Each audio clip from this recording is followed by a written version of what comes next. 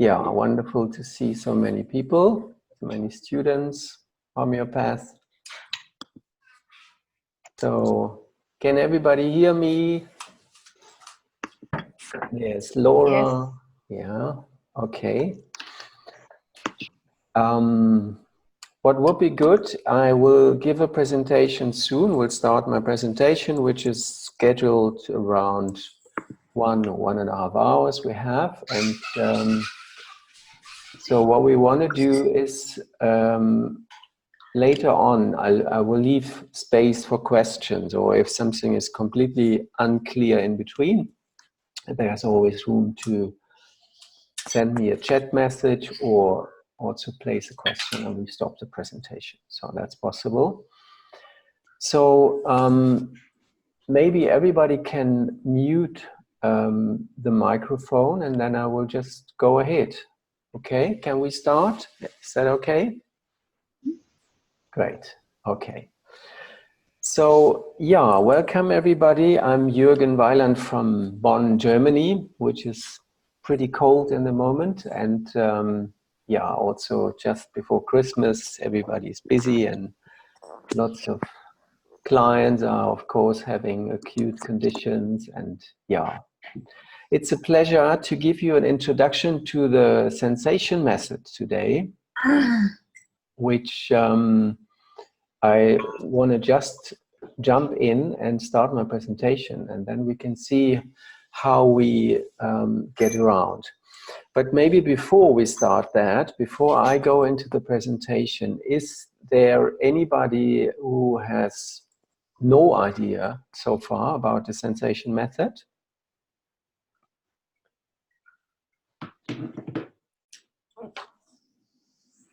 Maybe you want to say something, or? Jürgen, this is Barbara. Can I say something? Sure.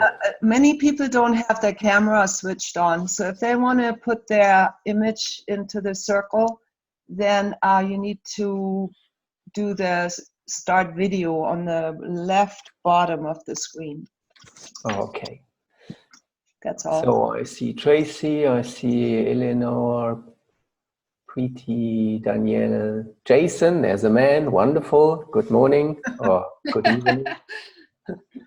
Always nice to see men around in homeopathy because the majority is often female, right? Mara, yeah.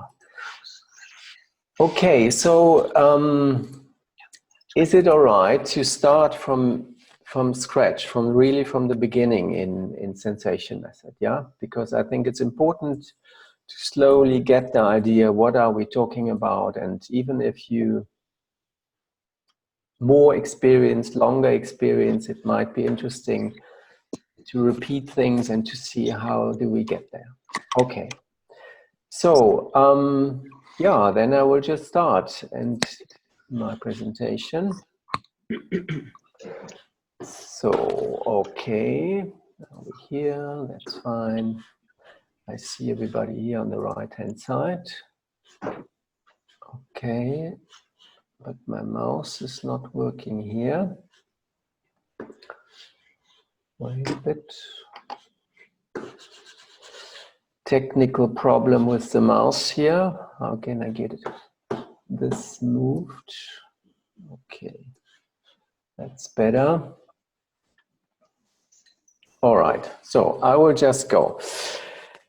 Sensation method, what is it? And why is it there? So in a way, when I first started this, or when I first heard about the method, when it came up, it was for me a bit like, I mean, I followed Rajan Sankaran for many years before.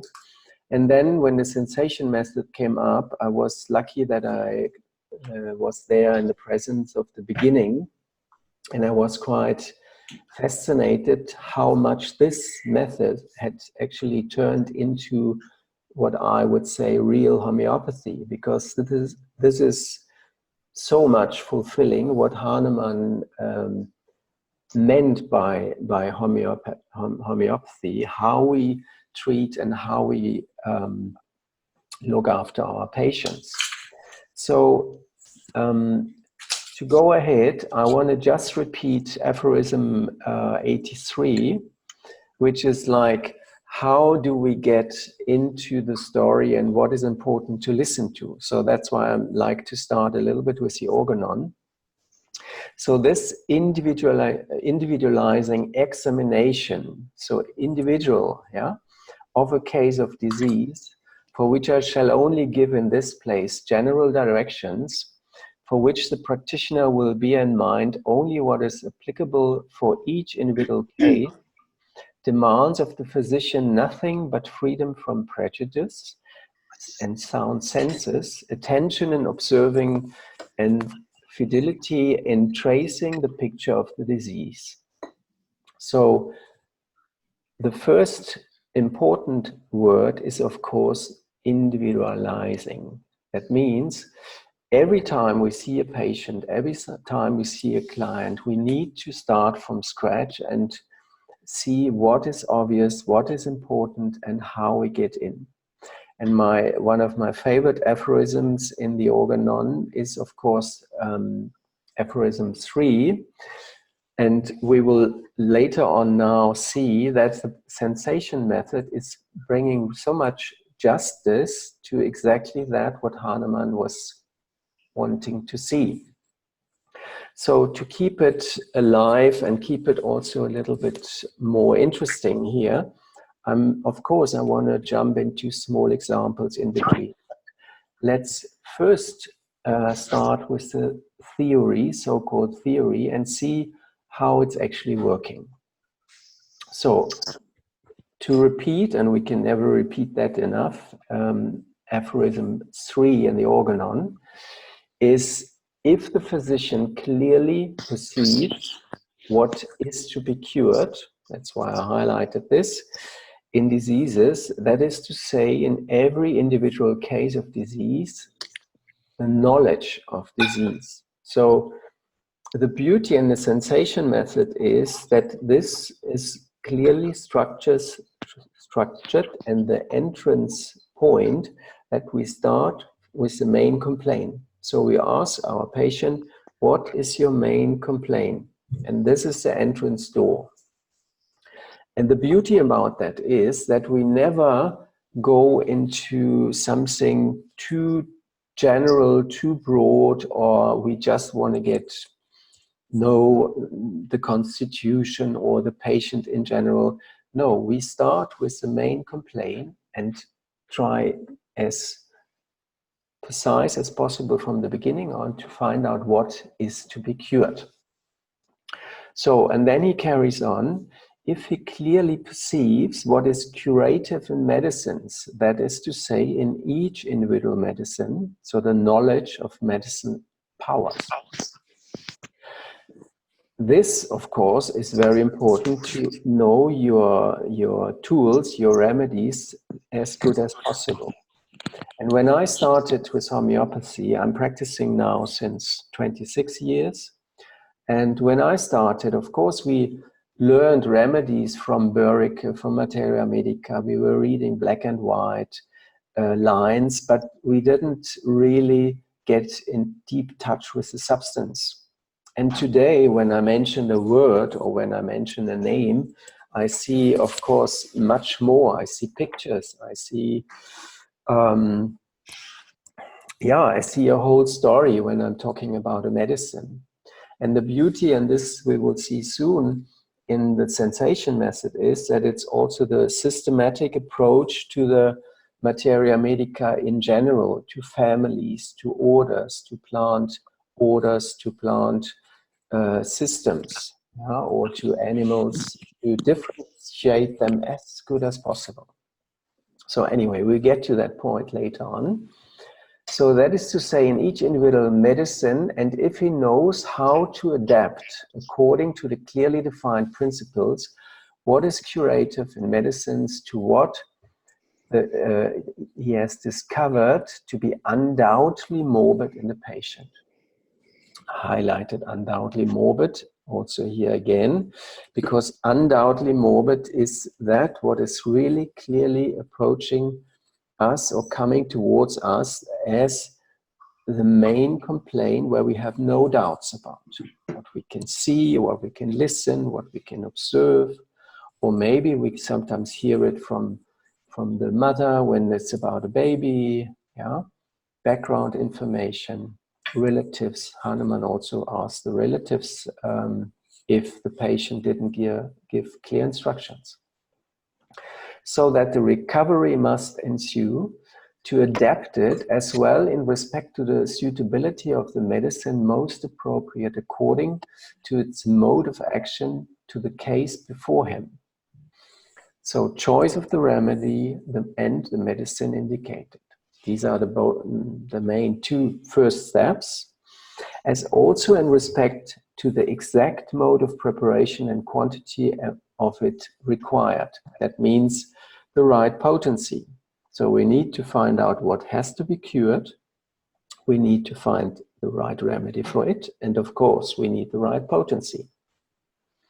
And the proper period of repeating the dose. So that means how often do we give a repetition? Yeah, do we give a single dose? Do we give Q potencies, LM potencies, daily dosage, or what do we do?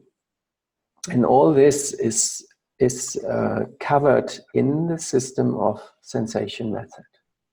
It finally, he knows the obstacle to recovery in each case and is aware how to remove them. This is another small but very important part in the aphorism 3, to remove the obstacles to cure. This could also be like a humidity in the cellar when you live in souterrain, or when you live in an area where it's moist, it's cold all the time, and you always need a remedy like rust toxicodendron. Then maybe to be more healthy, one way is to adapt to it, but if it's not possible, you have to remove the obstacles. Yeah? So this is meant by that. And then finally, yeah, we have done that so that the restoration may be permanent. Yeah. Then he understands how to treat judiciously, rationally, and he is a true practitioner of the healing art. So this long, complicated sentence of Hahnemann, in short, means, and we question that to the sensation method, to find out exactly what has to be cured, to find the best fitting remedy, yeah, and then also the right potency. And let's see now how the sensation method covers this. Here's a photo I took 2 years ago. We have these international congresses now with Rajan, where we all different teachers from different countries around the world. We present cases, experiences with the sensation method, and this was the last time in Munich. And in this part here, Rajan was giving his presentation. So he is the founder of the sensation method. He originates from Mumbai, which was, the former name was Bombay. So he's from the Bombay school, where we also have teachers like Mahesh Gandhi, Jai Shah, different teachers, friends, they colleagues for many, many years, and he went step by step further. Like, I don't know if you are aware of the history of homeopathy or his journey, Rajan's journey. Many, many years ago, it was in the it was about 1990, just before the sensation method came out. Rajan was on the delusion level. So the delusion level, he was always looking for a central delusion in a case. Like, for example, in Barita Carbonicum, you have a central delusion of walking on his knees, which he then explained around the whole story about Barita Carb not being able to take responsibility and things like that. But after that, or it turned out that this is somehow much more mind orientated. You look too much at the mind of a person, the patient. And in nowadays, or in the sensation method, it gets much more precise from the main complaint, from the main disease, and then step in to the deeper sensation, which is not just mind symptoms. This is very important if you understand the sense, or want to understand the sensation method. It's much more a holistic homeopathic approach than it was in Rajan's history and before. But it's maybe important to know about it. So what is the sensation method? In the tradition of Berningshausen, Boga, Rajan Sankaran has developed a system which has broadened our understanding of the nature of disease and remedies. His concept of the 7 levels of experience. So this is one important line already. The 7 levels of experience enables a homeopath to know at all times in any given case where to begin and where to aim. So it's a bit like you get also a structure or a schema, something you can follow and then take your case. In this way of working, a definite pathway for case taking is provided, the means by which to observe and utilize the active energy patterns of the patient. So this is totally different to when we talk about mind, because here we have a general mind and body combination. So active energy patterns have nothing to do with mind symptoms or something like that. Yeah, it's something here which gets expressed by hand gestures, body movements. Yeah. So plus a way of matching the patient's level to the remedy potency that is required. So somehow, in different words, this is exactly what aphorism 3 told us. So we have a way to experience the main pathology, to observe that, and this is getting expressed by special energy patterns. And then we have to adapt it to the right potency. And how we do that, I will introduce you soon during this lesson. So it's a 2-part teaching. In the first part, we go through the theory, and in the second part, I will focus on much more on case examples from the different kingdoms. Yeah, we're working on. Another key component of this system, the sensation method, has to do with becoming attuned to the patient's sensations. There's a certain energy and precise sensations having to do with both the chief complaint and the general state of the patient, which has enormous significance. This is what we call the vital sensation. So we have the chief complaint and the general state, and then we get to the vital sensation. And what is the vital sensation? I mean, first of all, it sounds like a nice thing to have. Is it right? Vital sensation. Yeah, it's vital and it's sensation. Yeah. So vital sensations are not merely physical symptoms or emotions, but rather the common sensations that connect the mind and the body. Indeed, the vital level is deeper than the mind or the body. It is at the center point of the diseased state. And this is the beauty in this method, that we get to a point and we give the space to the client, to the patient, to open up and then get to the deep sensation. And mostly they go into this pain, or they go into it can be any entrance door. It can be a headache, it can be a toothache, it can be a gallstone, a colic, or gallbladder symptoms, where we get to the sensation and get from the local sensation to a general sensation and follow that. It's beautiful. So, but first, from the understanding, the terms, when we speak about vital sensation, we have something much deeper than just physical symptoms or emotions. Yeah, there's something common. Yeah, that connects the mind and the body. Another important term are the miasms and kingdoms. So Sankaran's system incorporates miasms and kingdom classification. So in kingdom classification, we're talking about plants, animals, minerals, nosodes, sarcodes.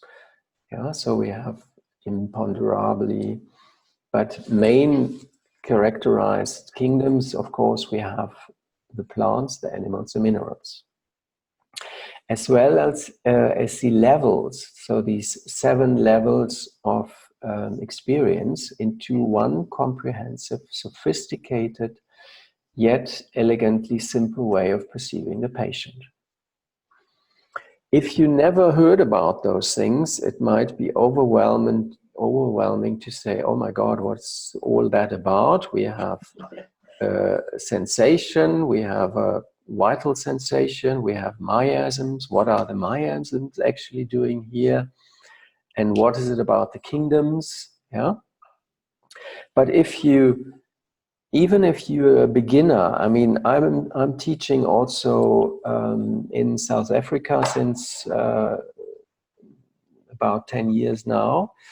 And there's a 5 years course in Durban at the university where they have a holistic study, a master course in homeopathy, and they start with sensation method right from the beginning. So they have a general education in homeopathy, of course, the foundation, but also from the beginning, the sensation method is embedded. And this is very helpful to get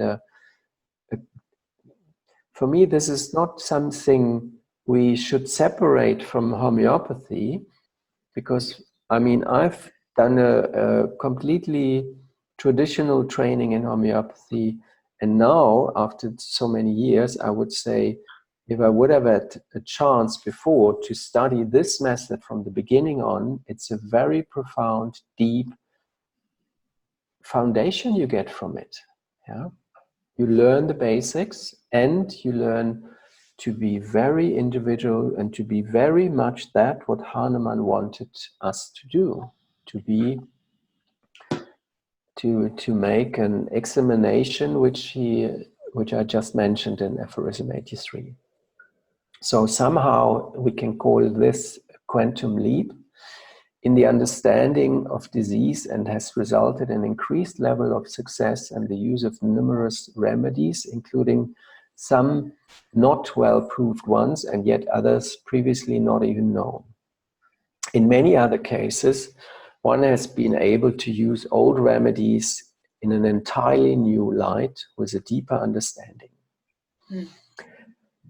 So this is what we're doing in the moment when we have these congresses, these seminars. We've been to London. We had one big seminar there called Meeting Point, where we were sharing cases with different practitioners from the sensation method, but also there was Massimo Mangialavori from Italy, there was Jeremy Scher, there were different teachers from around the world.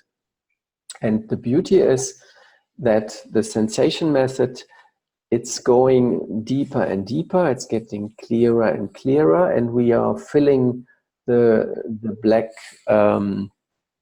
holes or the gaps in the schema with case experiences. And also, I mean, many of you might have heard about Sankaran's schema, which is maybe his most successful publication. Yeah, the schema, can you see that?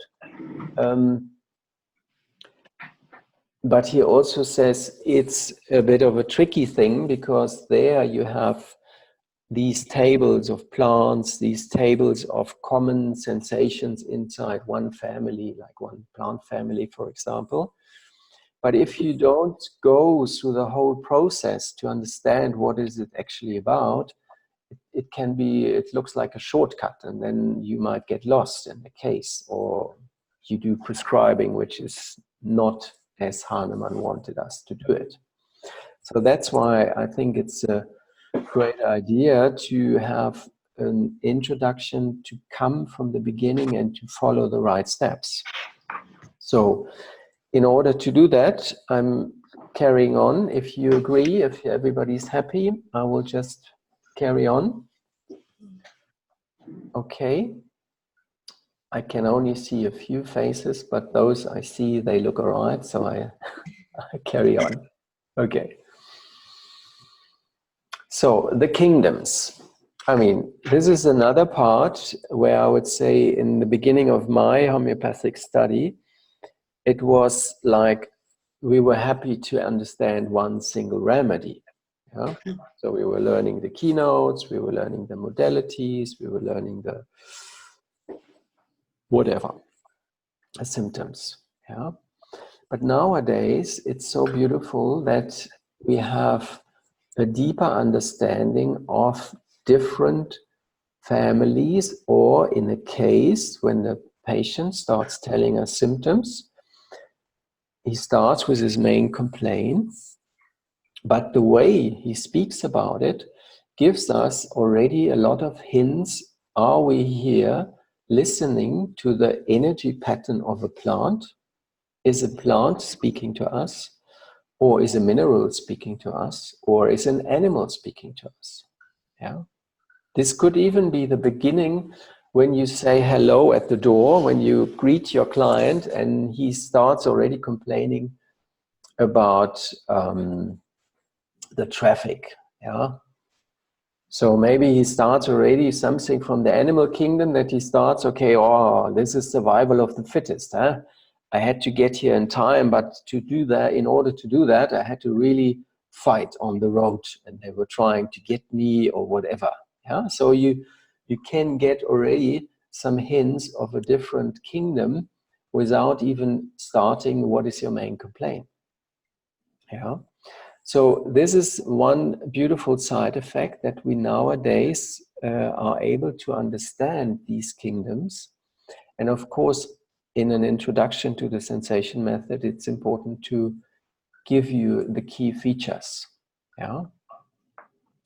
So in the plant kingdom, one key word, we could call it sensitivity. Yeah. That means a plant in general reacts mostly out of her sensitivity.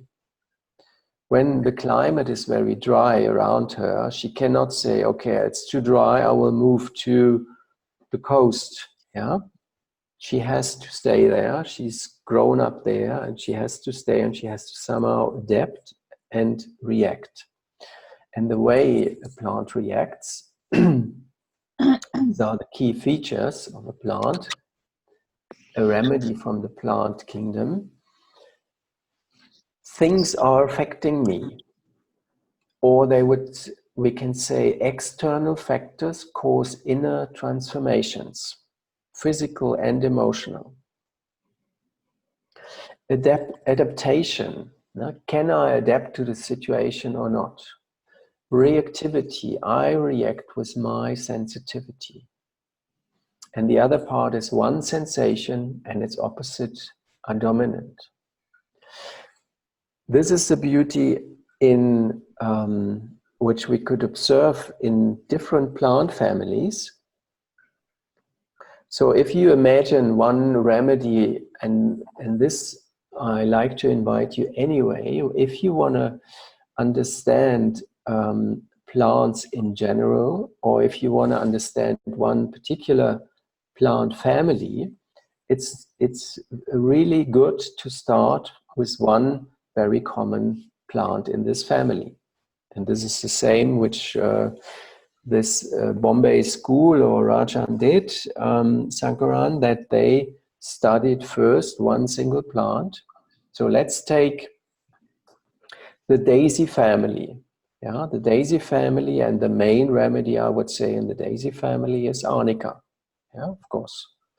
Arnica, with its sensitivity to trauma, to injuries. Yeah, we know this is a key feature of the whole daisy family.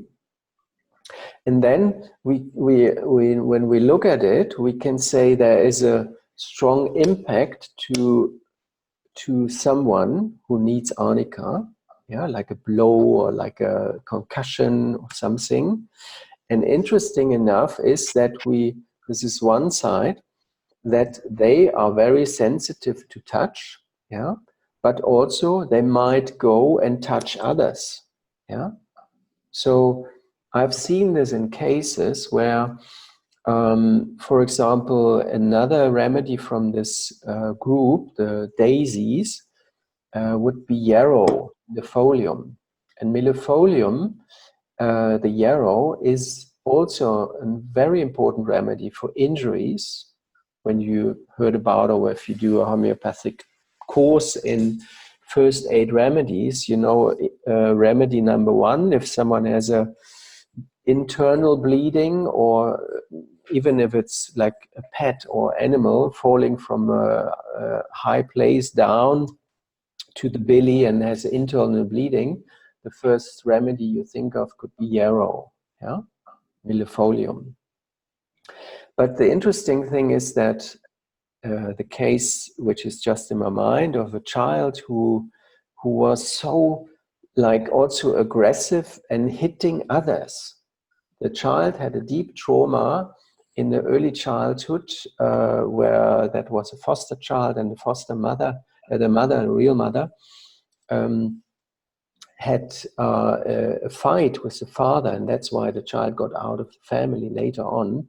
They were both under drugs, and then they were fighting, and the mother fell with the child against the wall, and the child had a strong like a injury, yeah, also a head injury, got to hospital, and then it had to be removed from the family. It was too dangerous. Yeah. So, and this child later on I treated. One problem was that this child, now it was 7 or 8 years old, was beating others. Yeah, there was a desire to in school, if there's a little problem, he was attacking others. So, and this can be the other side also of a remedy from the plant kingdom. There was a strange noise. Can you still hear me? Yeah. Okay. All right. So that we can have one side.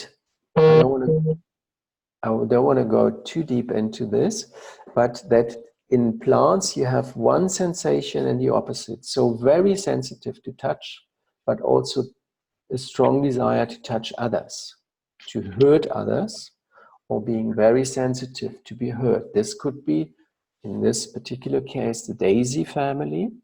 For arnica, this we know. Arnica had a strong injury, is lying there, and then sends the doctor home. This is a keynote. So why does he send the doctor home? He says, I'm fine, nothing wrong with me. Why does he say that? Because he's so sensitive to be touched. Yeah. So better go home. Yeah. Okay, so these are a few features of the plant kingdom, but let's carry on a bit and see what other kingdoms do we have in comparison, because if we put them all side by side, it's easier to compare. So the mineral kingdom, which we have here, silica, and what are the features of the mineral kingdom? If a patient comes for treatment, talks about his complaint, he will tell us something about structure, yeah? A need for structure. They need a pattern, they need rows and columns, they need something in order, or they need something structured. But the main problem might be something is missing in me. I'm not able. It's again that I lost my job because I'm doubting my capacity. Yeah. I will never get over that point, or I get that far and then I lose it again. So this is typical mineral feature. And then when he tells us a story about a special problem he's coming for, let's say an anemia or anything else he's telling us, a physical complaint, we will get those information. Yeah, there is a lack, there is a chronic lack of something inside myself. So it might be possible that he's telling us, I'm constantly getting into this state of lack of iron or anemia. I'm getting anemic, but I'm also, when we get broader and deeper, to this step where they tell us about, I lost the job, I'm never getting over that point, and so on. So in minerals, we can say the problem is inside me. Yeah? I could lose my child, for example, because my legs are not holding me. There's a keynote comes to my mind from a remedy, Kalium carbonicum, Kali carb. There's a keynote, the mother has to, suddenly when she's walking on the street, she has such a weak back that she has to lie down because she's afraid to lose her child. This is Kalium carbonicum. And when she gives birth, for example, a woman who needs Kalium carbonicum, she always needs support from outside because she's feeling like she can't hold it herself, or she's gonna not be able to give birth without the support. Yeah? So disease is a problem of functionality, structure. Structure gives me the frame of functioning, for functioning. Being out of the norm, I don't have enough power. Complete or incomplete. So something is either missing, I'm not getting it, or the other side, because in the periodic table, most remedies, of course, are from the periodic table. We have a left side and a right side, and those remedies on the left side, they are afraid that they're doubting to have it, and the other side, the right side, is afraid to lose. Yeah. Other mineral features are building, balancing out what's missing, fulfilling something, to give others what's missing, organizing, tidying up, things like that. So, and then of course, in the mineral kingdom, we have the periodic table. That's why I give you here this overview where we have the different rows and columns. So rows, we have, I can't really point that out here with my mouse, unfortunately, but you see it. So we have 7 rows, and they have their key feature. I mean, this is something, of course, we could go into depth for another whole lesson, but just that you heard it, there is something from on the left side, when you see in the first column on the left side, there's hydrogen, yeah, and on the second element, this is in column 18, is helium, and that's all about conception, existence. Am I actually born? Am I part of this world? No, they feel lost, they feel out of space, they're not really arrived yet. Yeah? Either that, they haven't actually arrived, or they are completely autistic and for themselves, which is a typical feature of helium. And then from the top to the bottom of the periodic table, we have an evolutional process, or we have something where we could say, this is a beauty of the periodic table. It's like a blueprint of life. Yeah. Because in the second row, which starts with lithium on the left side, and then beryllium and boron, it's about topics of unborn life, like being still in the womb, not being born yet, being still connected to the mother, to the umbilical cord, the birth process. And from the left side, this is the beauty also in the periodic table, from the left side to the right side, like in this case from lithium to neon, we have the whole birth process in the second row. Lithium is completely attached to the, is still in the womb and not able to exist alone. Yeah. Beryllium is on the way, but it's also not totally afraid to lose connection. And boron, we know the sphere of downward motion, or boron is a remedy we give when birth happened far too quick. Yeah. And so on. And then we have later on, and then we have carbon, we have nitrogen. Nitrogen is stuck in the on the way out, giving birth, yeah, in the expulsion phase, stuck and tight, no? And oxygen is taking the first breath, and fluorine is cutting the umbilical cord, yeah. And interesting, those things, they are patterns which we will see in life coming on and on when you're stuck and need one of these remedies in the second row. Third row starts with natrium, magnesium, alumina, silica. We call it the silica row. It's all about identity, getting nourished. Yeah. So who am I? Yeah, this is a question of row 3. And when you know who you are, you can start building a family, and then you go to row 4. Row 4 is about security, is about tasks. But when you're on the left side in row 4, like Kalium, then you start building a family, but you doubting if you're able to nourish this family. Yeah, is it enough? Will it be enough? Can I earn enough money to look after my family? Huh? Or it's about security. We need more guards. We need more protection at our house. I'm afraid to lose, or I'm afraid of robbers and all that. Yeah.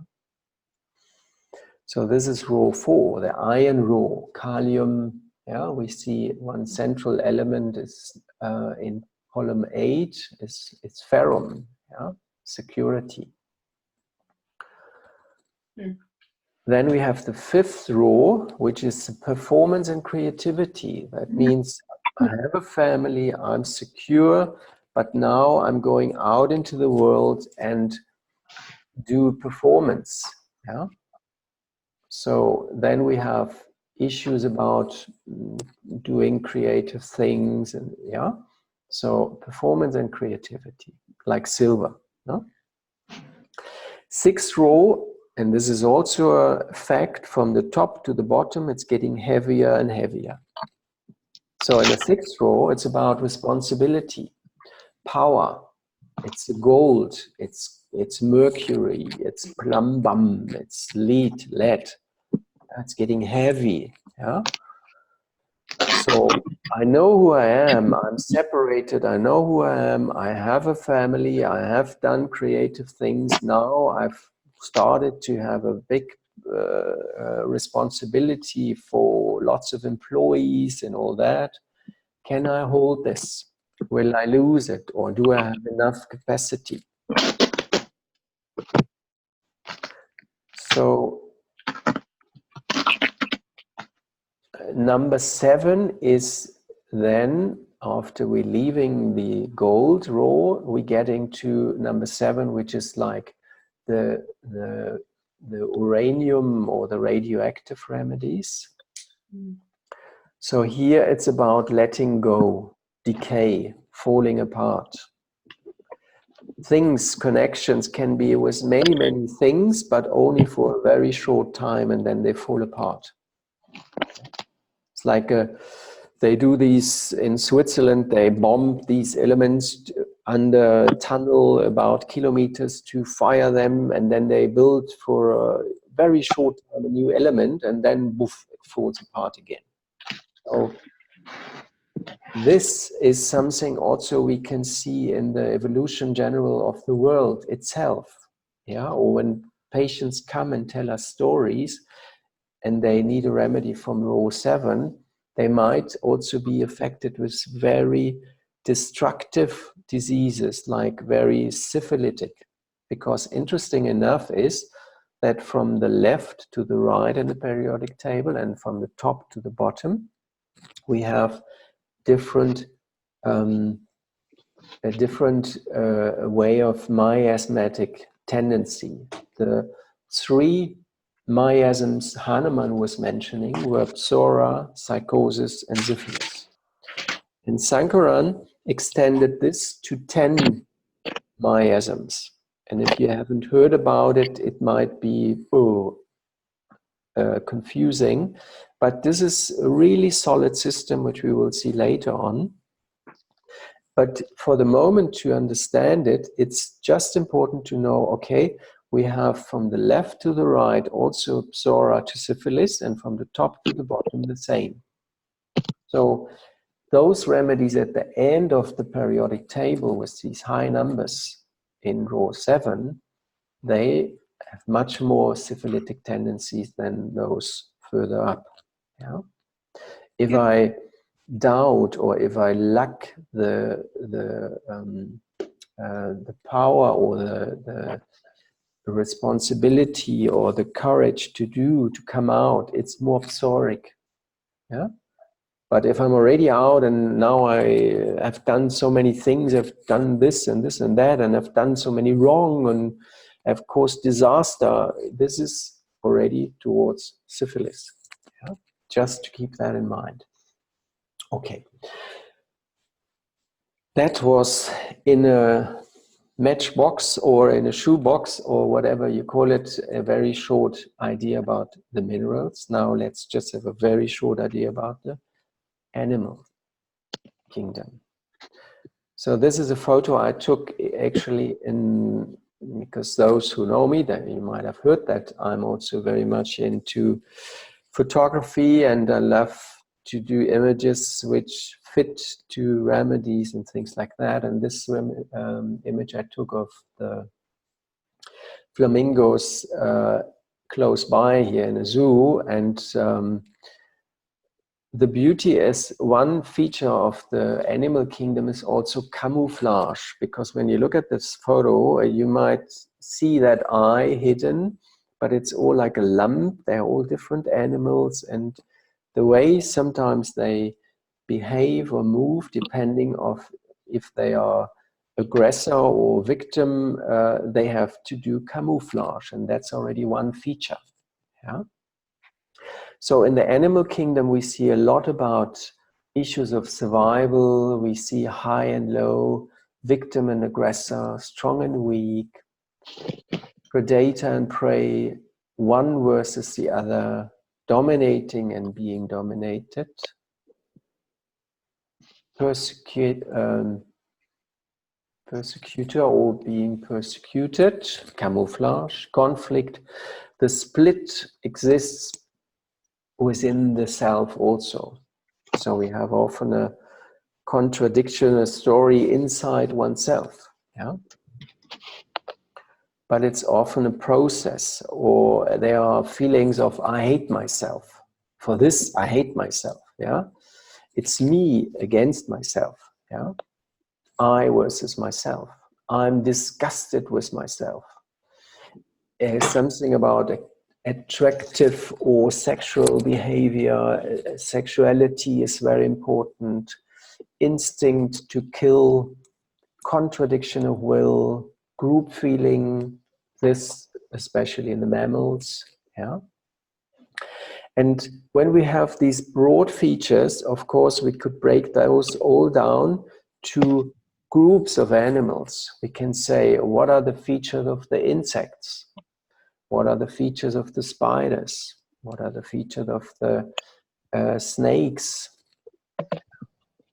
And they have all, of course, things in common. From the insects, we know already they have lots of things about restlessness, being very fast at one point, yeah, or coming back, things like that.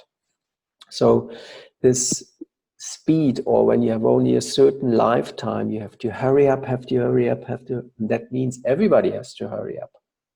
Yeah. So, and this will be key features running through.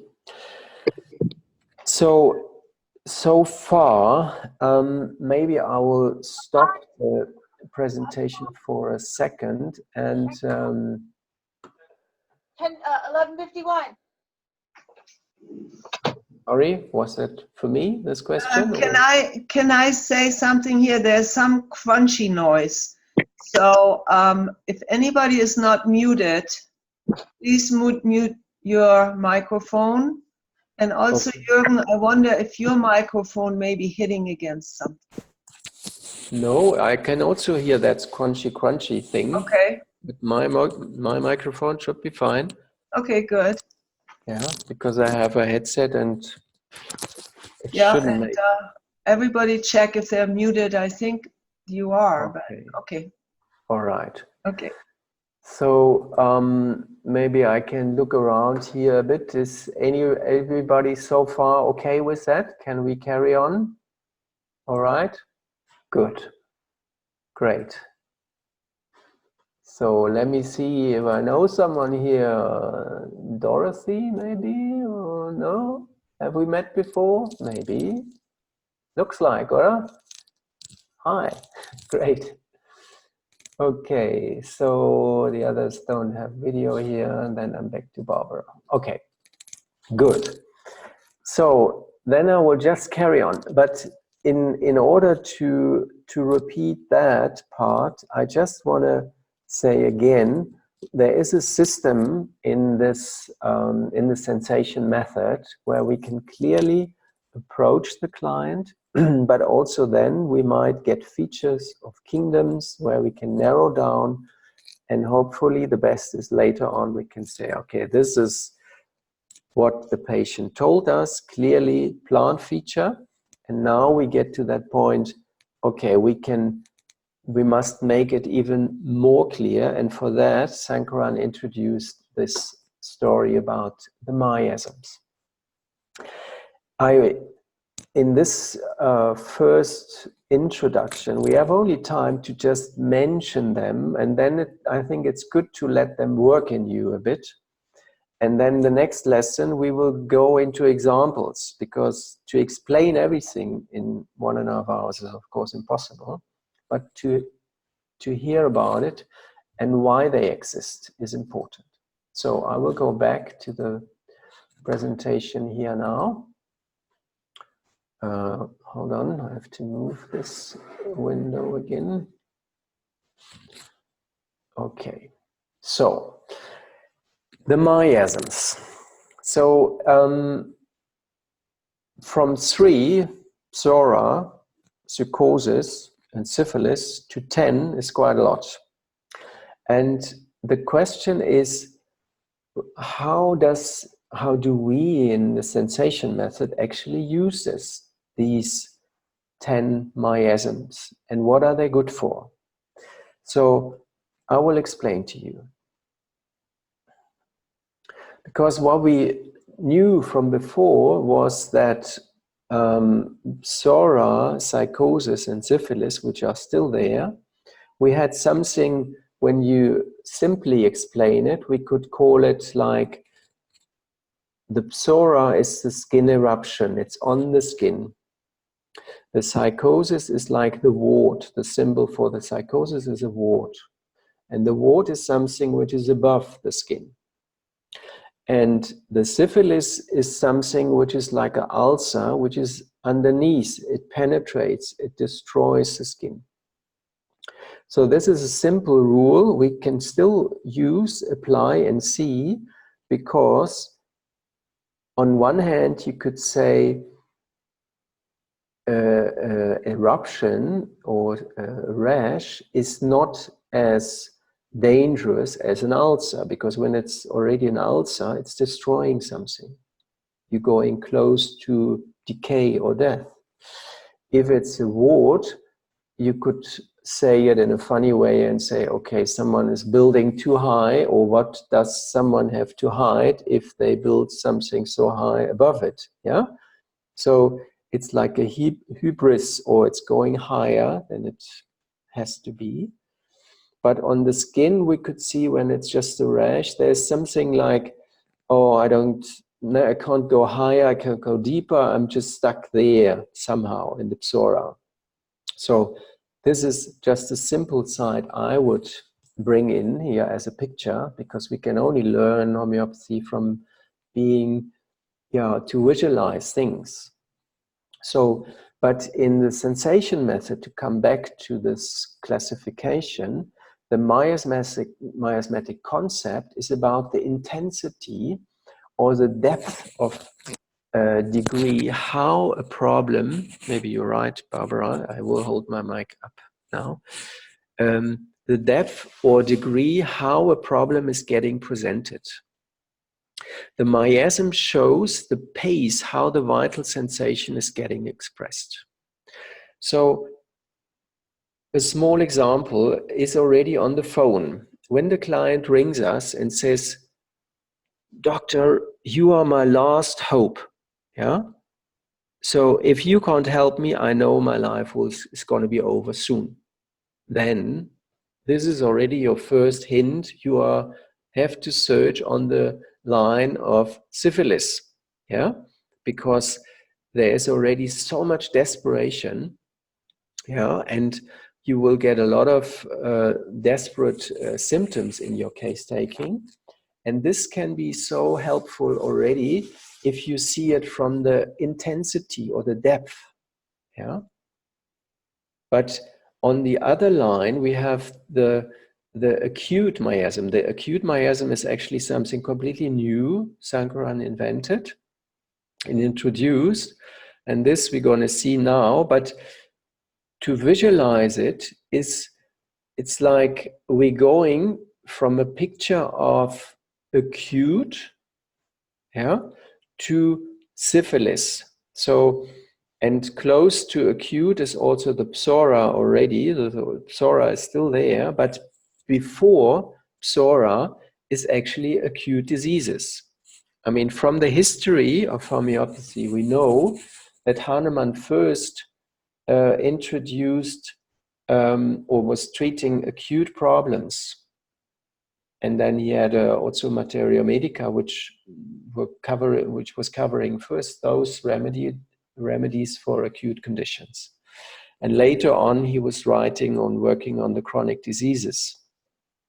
But Sankaran gave this an extra miasm, and this is very interesting because it's defined by, it's an acute threat, and the reaction is strong and intensive. Do or die. So that means a remedy like aconite or a remedy like stramonium, you cannot give an appointment in 6 weeks. Yeah, they have oh my God, I'm gonna die. Yeah. So, and if you don't do something immediately, they have the feeling life is over. But half an hour later, they're completely fine.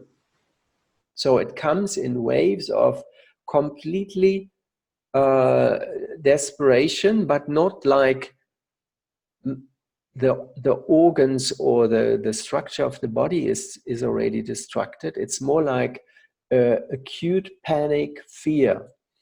And this is why we have those remedies like aconite from the ranuncular or buttercup family, or we have stramonium belladonna from the deadly nightshade family in this acute miasm.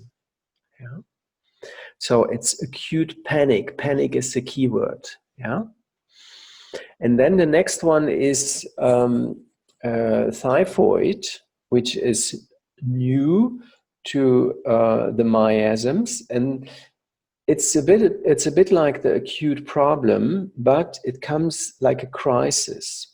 One can cope the situation for a limited of time with an intense effort to manage the crisis. And there are slightly different remedies, and in Sankaran's tables, you will see the remedies from a particular family, let's say from a plant family. They structured like we have in the deadly nightshade family, we have belladonna, stramonium in the acute miasm. And then we have hyoscyamus in the typhoid miasm, because the way they handle a crisis is a bit different. Yeah. And then it goes on. So from this acute problem, it goes on, and then there comes Subsora, which is a lot of struggle, constant effort to make it. There's fear and doubt about your own capacity, but there's hope, and failure doesn't mean the end of the world. So, like I said, there's an itch, yeah, and it doesn't kill you, yeah. It doesn't kill you, this itch or this eruption, yeah. But if it goes deeper, yeah, a little bit deeper goes ringworm. There's a change between struggle and success, accompanied by fear and failure and periods of despair and giving up. Yeah. So this is already, you can see a little bit desperation comes in, but it's still not life-threatening. Yeah. And then we have it a little bit heavier with malaria. There's an acute intermittent feeling of threat. In between, there's a feeling of incapacity. This miasm is characterized by sudden acute manifestations coming up from time to time, followed by periods of rest. But the thing is, in malaria, you get weaker and weaker. Yeah? So there is not full recovery anymore. That's why we see remedies like China or colocyntis. Yeah, they get weaker. Yeah? And one other thing I want to mention, when we have these different 10 miasms, it's the pace, it's the kind of desperation, and from the left to the right, the amount of desperation is increasing totally. Yeah? And the recovery is not anymore possible when it goes close to syphilis or to syphilis.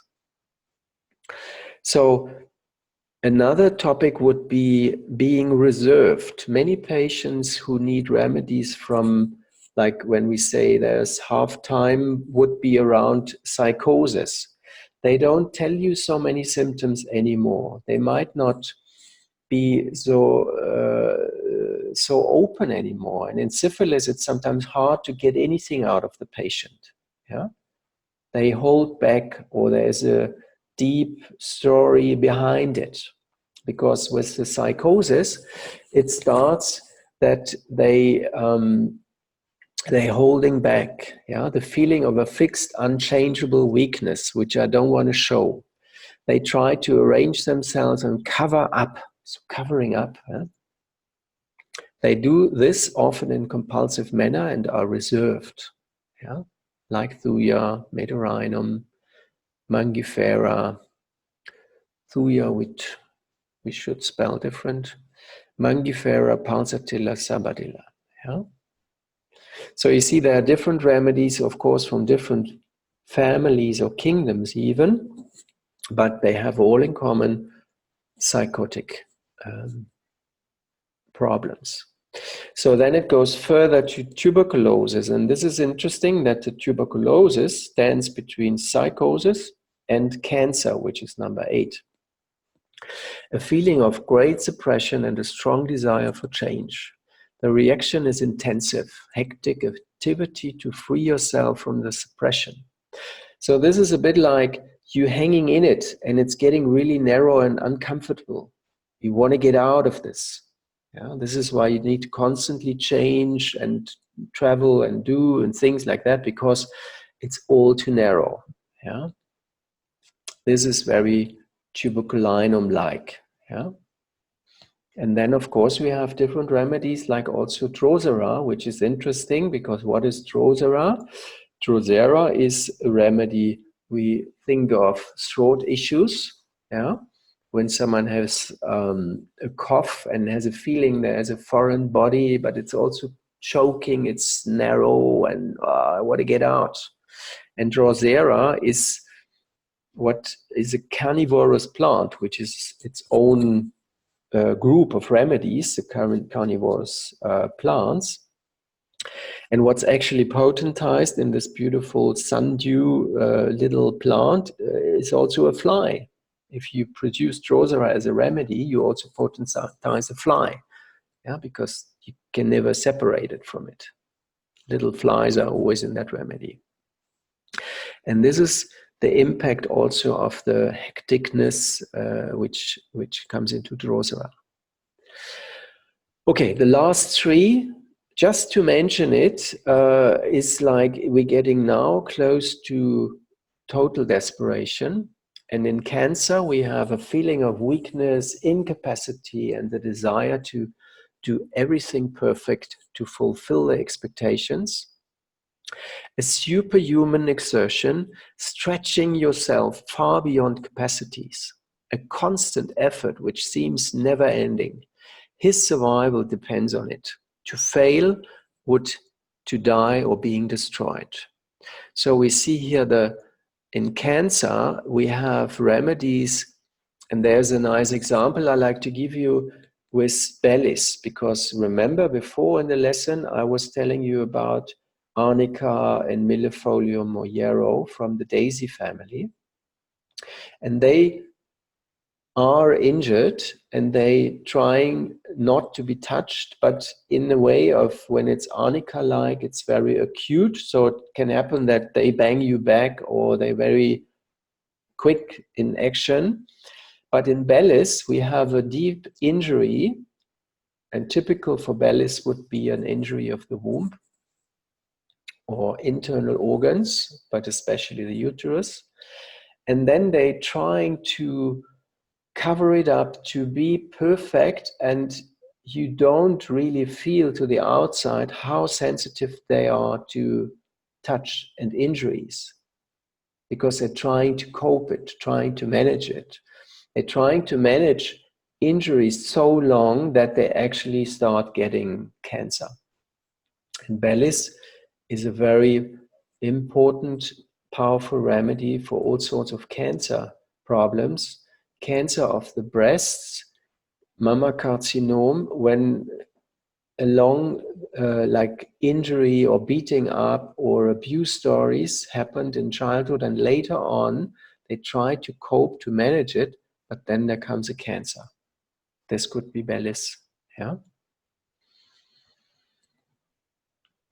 Okay, so each family, plant family, has a specific topic, but the way they express it is also influenced by the miasmatic state. Lepra is an interesting addition between Cancer and syphilis, because what is the feeling of a lepra diseased person? No, it's an intense suppression, remarkable hopelessness, isolation, and a strong desire for change. But it's this, when you feel there's a disgust, you feel like you're not part, you shouldn't be part of this society, you feel locked out, you feel you need to be abandoned, or you feel abandoned, all that, a strong desperation, like we have it in Cicale, in Hura brasiliensis. Hura, that remedy comes from the Euphorbia family, yeah, where we also have Mancinella, for example. So remedies which have like a milky juice inside, and Hura is that as well. And they have a general feeling of being height bound and lots of eczema, where it's so tight, the skin, that it's completely difficult to tolerate. Yeah. So, but the desperation in Hura is so strong, and it's that kind of lepra feeling.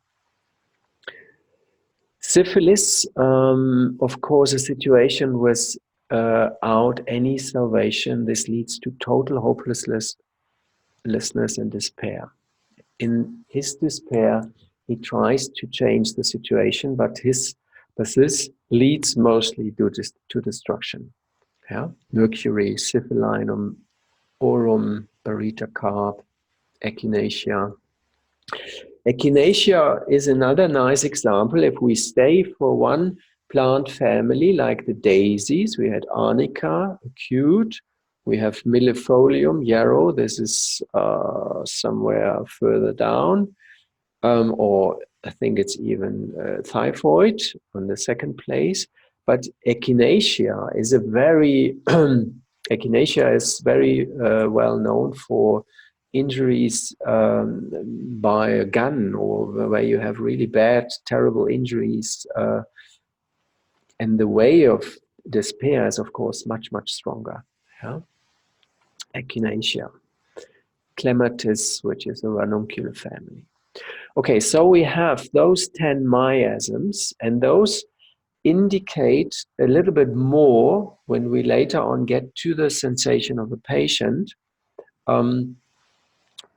like getting it more precise. So we have an idea for a daisy, but to say, is it a daisy which has this cancer feeling of means I'm trying with perfection to cover up my injured state, then that would lead us to Bellis.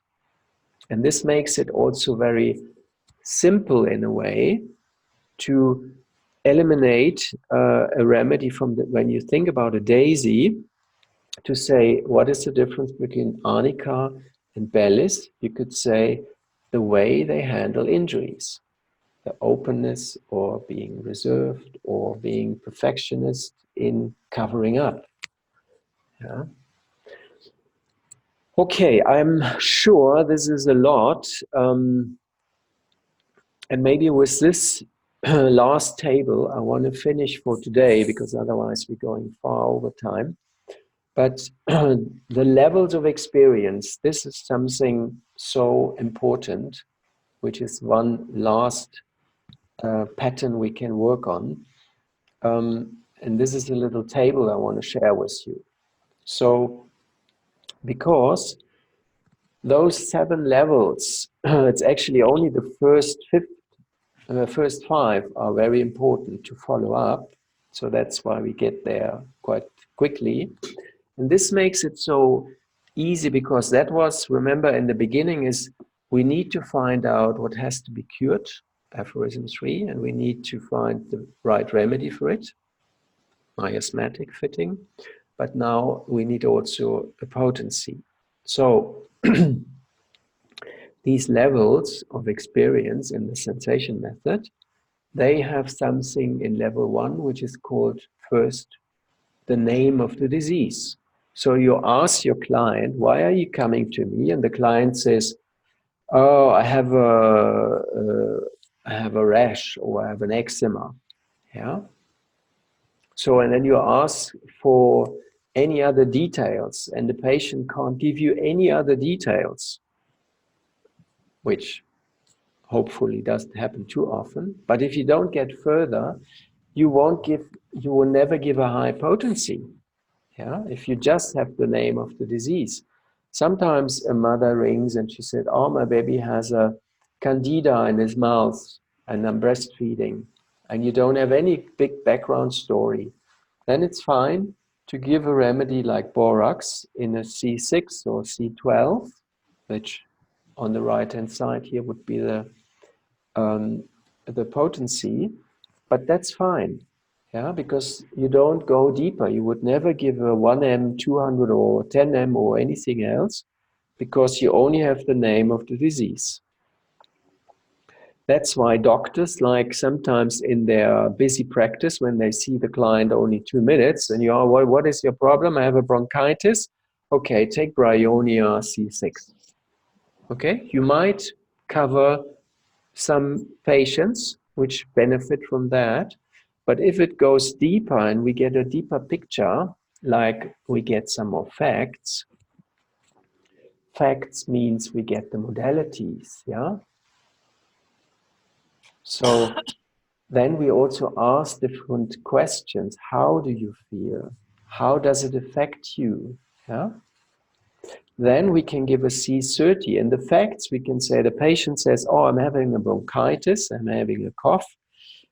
And when I'm coughing, it's like as soon as I move my chest, or if there's a shaking of my chest, it's getting worse. Or if I move, if I get up, it's getting worse. Oh, okay, then we have some modalities. And if we don't get further, then a C30 might already be fine. Yeah. So, but if we get to level 3 and ask the patient, because in level 2, you see, you ask, how do you feel? How does it affect you? And when you have the modalities, he might say something like, oh, that makes me, I don't want to move. I want to just rest. I just want to stay still. Yeah. So, but we might get something, a feeling which is unqualified or qualified, or which might be very peculiar. Yeah? And then we ask more, how does it feel to rest, or how does it feel to move? And then we ask deeper and ask maybe what comes to your mind.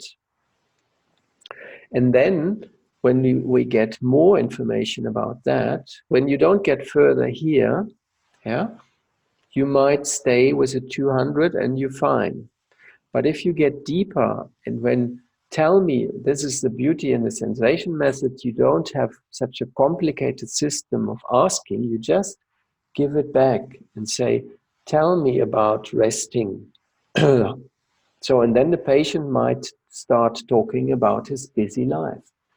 That motion and movement, he's maybe a stockbroker, and he has to move constantly, and he has to deal money. Money has to move all day from top to the bottom and bottom to the top, and there's so much motion. So, and then you get more, yeah? And then you might get those as if symptoms or pictures like, yeah, you know, this is like a marathon, this is like, yeah?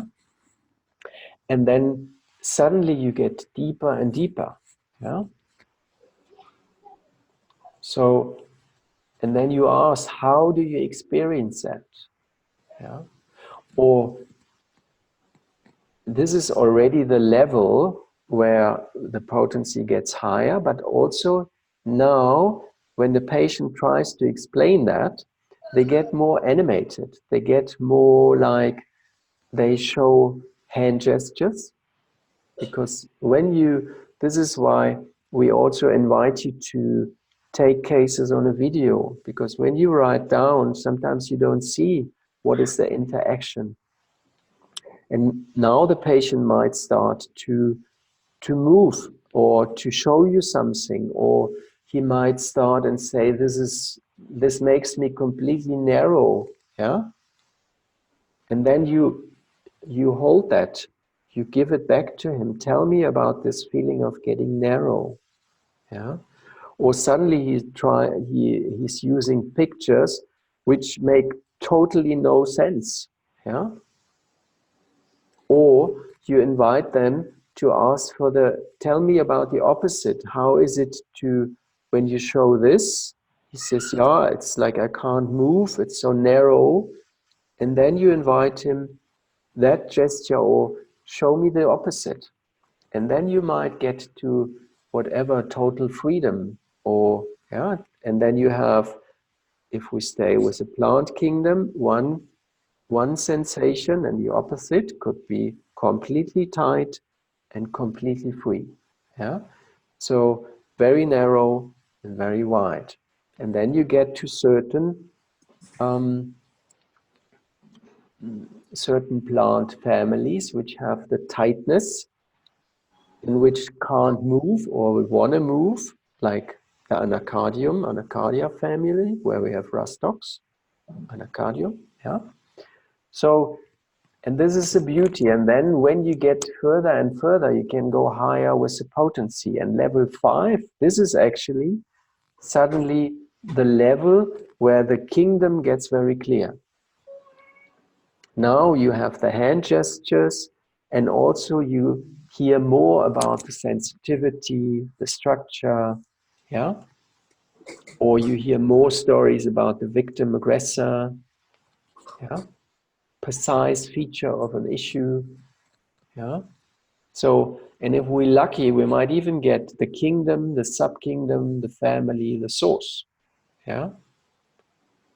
It's, the delusion level is more like, it's like, it could be that the patient says, it's like a snake who chokes me, and then he shows a hand gesture. It's like a snake who chokes me, and then it's getting so narrow. And then you ask, stay in this narrowness and follow that up.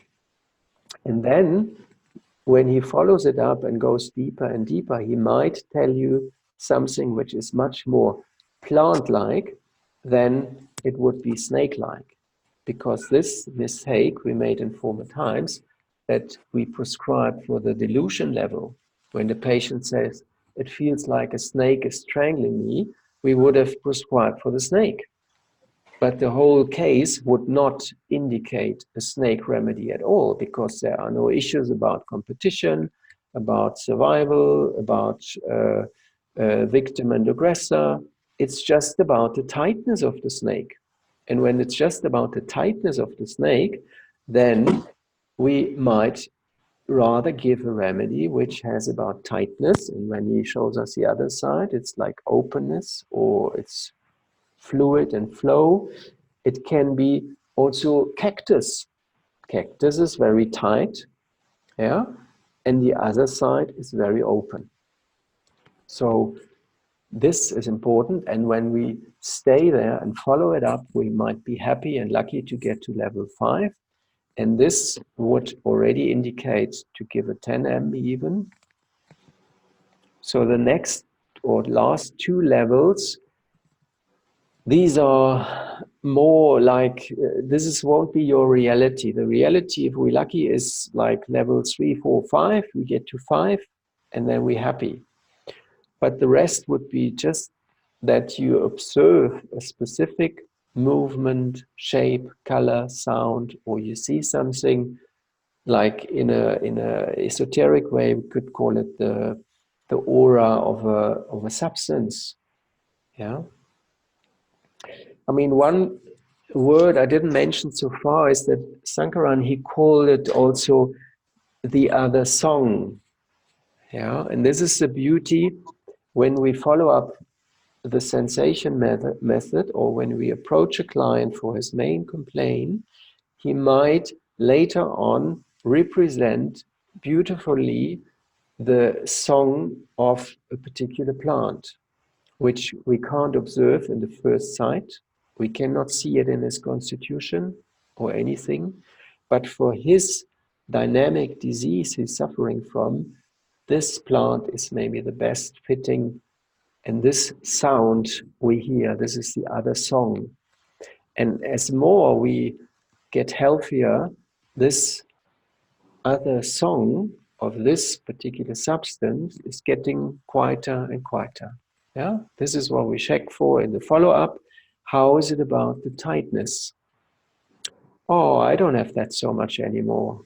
Yeah, so now I can be a bit easier. I realize I can be more open. I'm not so stuck anymore. Beautiful.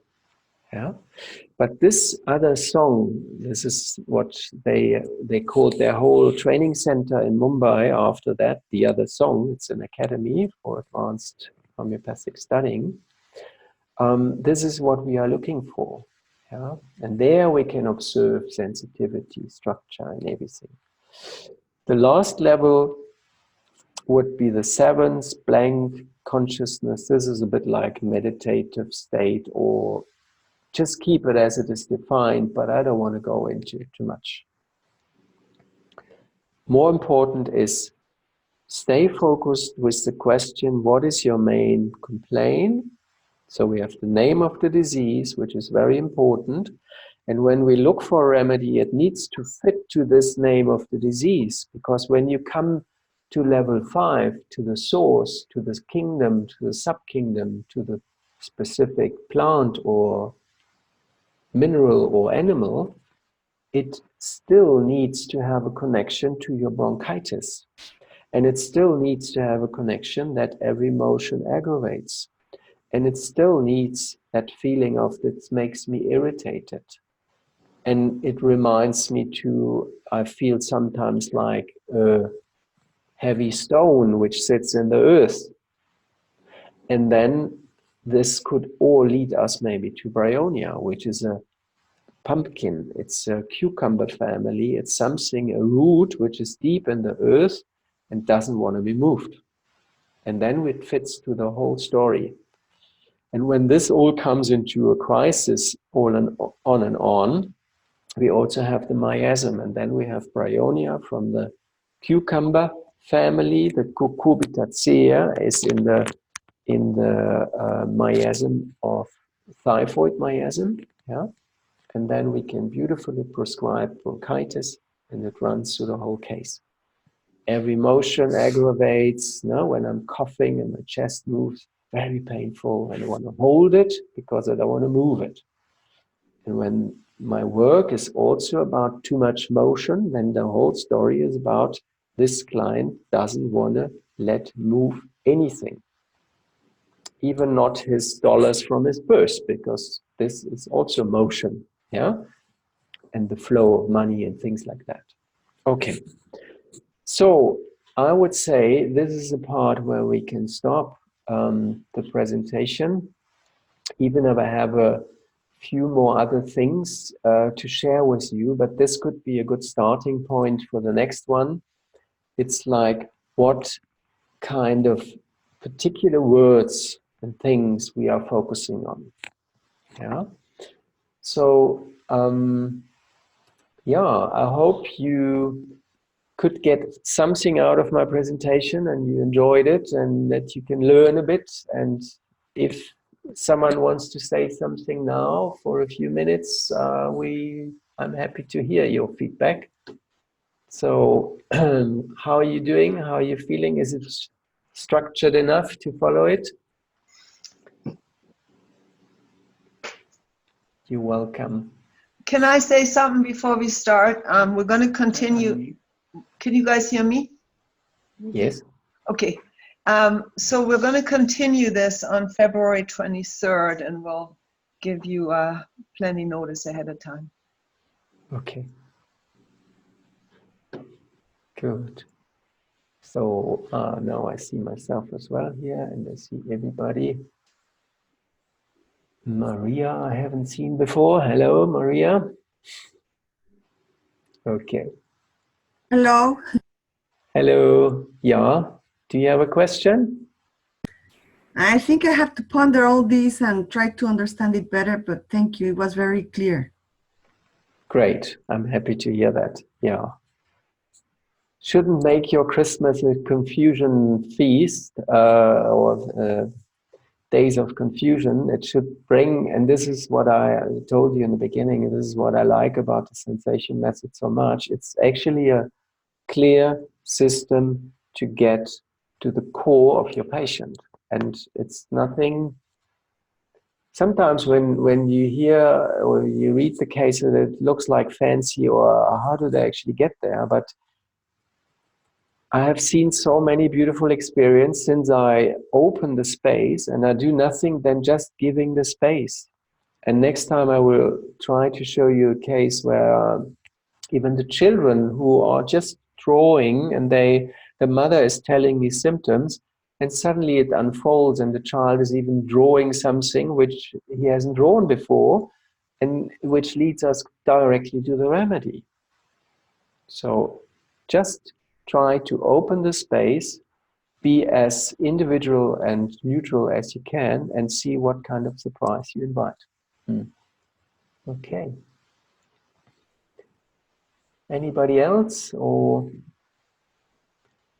otherwise, do your Christmas shopping, get your Christmas tree, or whatever you're planning to do. Okay. I have a question. Yes. Yeah. Sorry, you were talking about the eruption and rash is not as dangerous as the ulcer, and ulcer is not dangerous as a wart, I mean, just need a little clarification on this. Okay, it's the kind of course, you can also have a rash, which is almost syphilitic.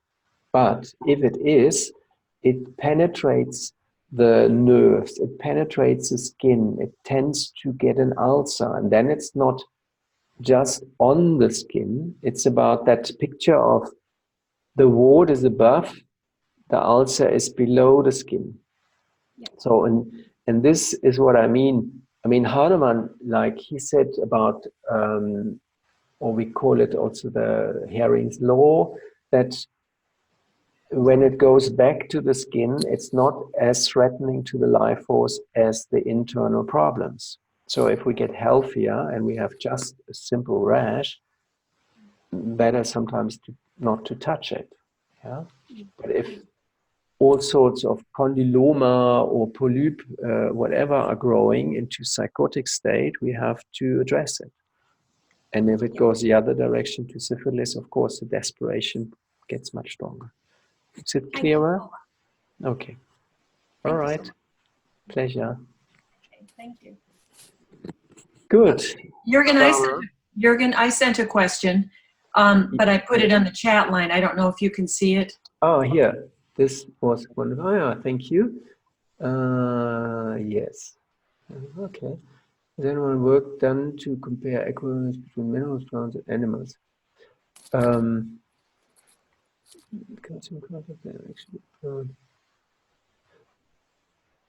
If a person seems to need calcium carbonicum, but they are actually a plant, but I can't find the plant, is there anything to help me find the plant equivalent? I mean, it's difficult to ask it like that. I mean, of course, we have, if you take particular, like calcium carbonicum, you have a mixture of an animal, which is a mollusk.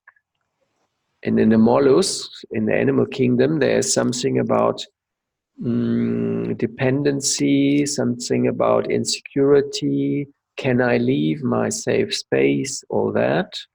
And interesting is that it's also a mineral, of course, calcium carbonicum, and that we have also these things of insecurity and house, building house. Yeah. So we have similarities in stages of, and this is maybe a part we can discuss later on in depth, that we can say there's also a part of evolution in the plant kingdom, in the animal kingdom, and in the periodic table or in the minerals, because it's all about how mature am I, how ready am I to go into exchange, how is my social behavior, all that. Yeah. So maybe when we get through next time case example, it will be clearer. Okay. Okay. Thank you. Good. Great.